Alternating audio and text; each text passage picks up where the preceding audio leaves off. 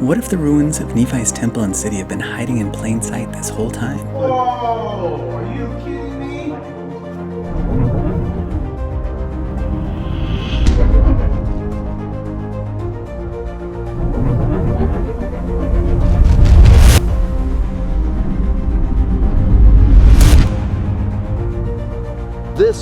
This was not just their temple, this was their classroom. Monte Alban is one of the oldest capital cities in the Americas, built high above the Valley of Oaxaca in Mexico. Historians call it the ancient home of the Zapotec religious elite. I could see Nephi and all these people sitting on the steps and Nephi teaching them there. In addition to a matching layout and size, an east-facing two-column temple with an altar and cisterns much like those of Solomon's temple, as well as a location fitting well with that required by the internal model of the Book of Mormon. So, I mean, there's hardly anything like that. Total right up there. And this all dates to exactly the right date.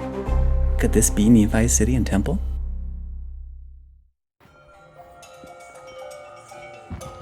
Okay, here we go.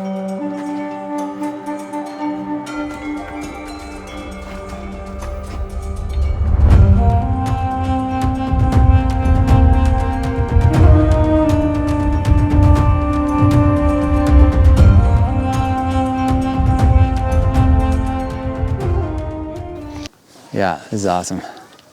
This is better than any of the pictures. Yeah, this is epic. This is like, to me, this feels so, I don't know, way more powerful than Teotihuacan yesterday, even though that was cool. No, but I agree, because it's like, that's like a Gentile area, and you can tell it. All the artwork, all the stuff just feels like very... I feel like... It's like New York versus Temple Square. I feel like I'm in a temple, and I feel like as I look at this, I can see what they were doing. I could see them. I could see teachers. I could see Nephi and all these people sitting on the steps and Nephi teaching them there. I could see Jacob, his brother, over on these other teaching things here. I could see people sitting under here. They're getting teachings. This was not just their temple. This was their classroom. Yeah. This is where they came to learn. Yeah. And then you know what? They went out and ran around on the field. Yeah, the kids. Yeah. I mean, when Nephi was here, there would have been just a couple of early buildings built, right? But then through the years, all of these major buildings would have gotten built. He says, hey, we got to build this, and we got to do this, and we got to have this. Yeah. 20,000. Yeah, this is a nice sized city. They lived up here? Yeah. Like, so this is as big. On this hill, there was as many people as lived in the very biggest city in all North America, Cahokia. Right? And Cahokia dated to 1000 AD. And these are the pretty influential people that would live up here? Absolutely, yeah. This is just the aristocracy. Yeah. Yeah, and this is like the religious center of the Zapotecs, the empire capital. And there's tons of other little towns down in the valley. And then they are exerting influence all the way from one sea to the other. Toward the end of their reign, they became pretty militaristic. Like the very first skull rack in Mesoamerica is found in a Zapotec city down in near La Caneda. Zenith is like, I know that they're not that bad people, you know? I wanted to go back and re-found a settlement in my father's homeland because I knew the Lamanites weren't as bad as they said. And maybe that's because he came up here and he's like, dude, look at what they're building. Like, I know that you think that they're so wicked, and Mosiah probably thinks they're so wicked because they're probably planning on killing him because he was probably part of an elite line and there's power struggles, you know, and so, but he's like, they're not that bad because look at what they've got over there. Look, the Zapotecs are amazing. It's beautiful. Yeah, and so you could see how he came back and made a compact with the Lamanite king and was like, give us this land and give us that land and we'll pay you a bunch of taxes. But then afterwards it says that it was a trick. You know, he just wanted to captivate us. So, you know, they must have been a pretty powerful people. And they can't even escape if this was in the Mayan lands or something like that, the land of Nephi. Or even if you're going to say up in Guatemala City where everything is jungle. Well, why couldn't they just leave? How could you see approaching armies like King Noah did? And how could they keep you from leaving if there's so much jungle that it'd be so easy to just disappear? But up here you can kind of see where it's like, oh, this is actually very arid. So the Middle Eastern crops would grow pretty well in the dry season. And then it's also treeless, so it'd be a lot easier for them to station kind of armies to keep people in the valley, and also easier for them to see approaching armies, you know, coming where you couldn't have that happen like down in Guatemala. All right, so you guys now, hopefully this will be more meaningful to you when you see this picture in the future. Okay. Right, you can tell how huge this place actually is. Right, so you have all these different complexes, and I just want to point out a couple of them. Right? So this right here, do you see this little building right there? it's hiding right behind the main complex. This center complex right here is the main temple. Oh. Right, so it has 2 columns, 2 rooms, exactly east facing. That's super strange for Mesoamerica. They don't put things east-west, right? And you see the size of the altar?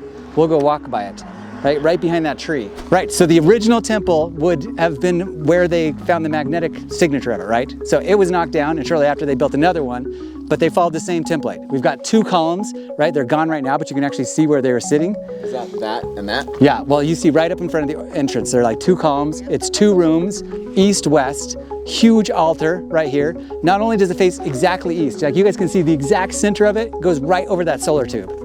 So they are very interested in knowing exactly when the spring and fall equinoxes are, right? Because that's what the solar tube tells you. Is that where the hole is? That's where the hole, yeah, right there you've got a hole, and there's a room down underneath there. Pointing exactly 90 degrees east. Yeah, and there are pictures under there where you can see that tube goes directly down. And then this is the observatory. Do you see how it's facing exactly that direction? This is exactly 90 degrees east. He's Yeah, pointing exactly. yeah. So, I mean, there's hardly anything like that. Total right up there. And this all dates to exactly the right date. There's no other east-facing 2-room, 2-column temple facing just like that. There's a massive altar right in the front of it with astronomical alignments, not only with the spring and fall, but with the rising of Capella, Yeah. which is totally important in the Canaanite and Jewish religious system, right? I mean, this place is like spot on. There's just nothing else that compares. And then behind it, we will see how there's actually, they did LiDAR, because this temple was built a little lighter. Got the lighter. So you've got these magnetic resonance things that they do that shows that the old temple was even bigger and was shaped just like the Temple of Solomon's courtyard, right, with 2 columns. And facing. And then they built the new one after the same pattern, right? Does that make sense? Yeah. All of them, 2 columns. And then these right here, you know how the original temple had 10 movable altars? Do you remember that? No. And then not only that, these right here are cisterns. Like in Jerusalem, they still have cisterns next to the basin, where the basin was, because that's where they capture all the rainwater to fill up the basin. Yeah. So I was like, what are the chances that you have an east-facing 2-column, 2-room temple with altars, cisterns. with things that look like these movable altars as well, with cisterns? Yeah. Okay, and not only that, this building right here, that tube I was telling you about before, right? That captures the equinox, Once a so they know year. exactly when the spring and fall equinoxes are, right? So that they can base their spring and fall festivals off of that. And then this faces exactly, it's like 40 degrees north, so you know exactly when Capella rises, which is right around the times of the Day of Atonement, right? The fall feast. So I mean, you guys just got so many things that there is no other place in Mesoamerica, and then it fits spatially, because we're exactly north of the narrow strip of wilderness of the Rio Balsas and where the head of the River Sidon would have been, and the land of Zarahemla, and the radiocarbon dating matches perfectly. And we have these other places, like where we were talking about that we'd go visit, where another group came in and built a city right at like 150 BC, like we'd expect from Zenith, and it only lasts for like 70 years and then gets destroyed. And if we have time, we're going to try and go up in these mountains, right? But these would be the forests of Mormon. So there's these are the cloud forests, and people are called the people of the cloud, right? Almost like the people of heaven, right? And then on the other side of it, there's all these little rivers and waterfalls and eco parks, because it's this beautiful jungle with tons of conifer trees, right? Like really famous in the Mixtec mythology as well. And so then it kind of makes sense. Yeah, that seems like that's probably wherever the forests of Mormon, the waters of Mormon, this famous place that all the Nephites knew, right? Because they can get all their lumber, and that's all the water from the valley comes there. That's the headwaters of all the main rivers that come through here. Like this site, anyway, if you look at what we're seeing down there with the 2 columns, and I mean, just picture in your mind, like that's what Solomon's temple looked like, and it wasn't that big. This is the other thing that is a super good fit that I've never seen any other archaeological site. Okay, this is from a paper by Joyce and Flannery. Okay. Do you see where they put right here, this BZ? Yeah. Right, the BZ is like a, what do they call it? Like a demilitarized no man's land between 2 major factions within the valley.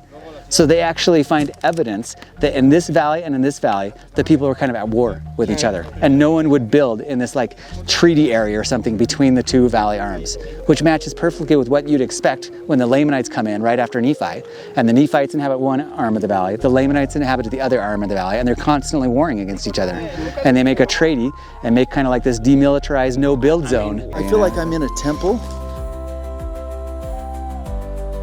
This was not just their temple, this was their classroom. Yeah. This is where they came to learn. Look at this site. You tell me. You tell me this isn't the temple of Nephi. You give me another site that has all of these components and tell me that that's the temple of Nephi. Christ touched down. Oh, yeah. There's no question. Other sheep, these were many of his sheep.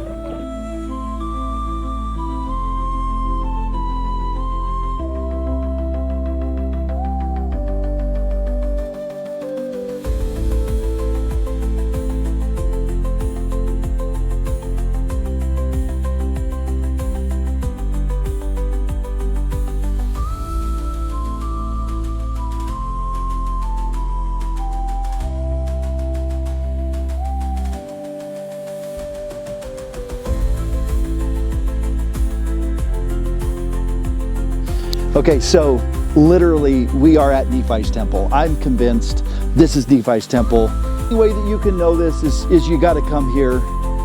You got to experience it. You got to have your own personal revelation, your own personal witness. But for me, this is Nephi's temple.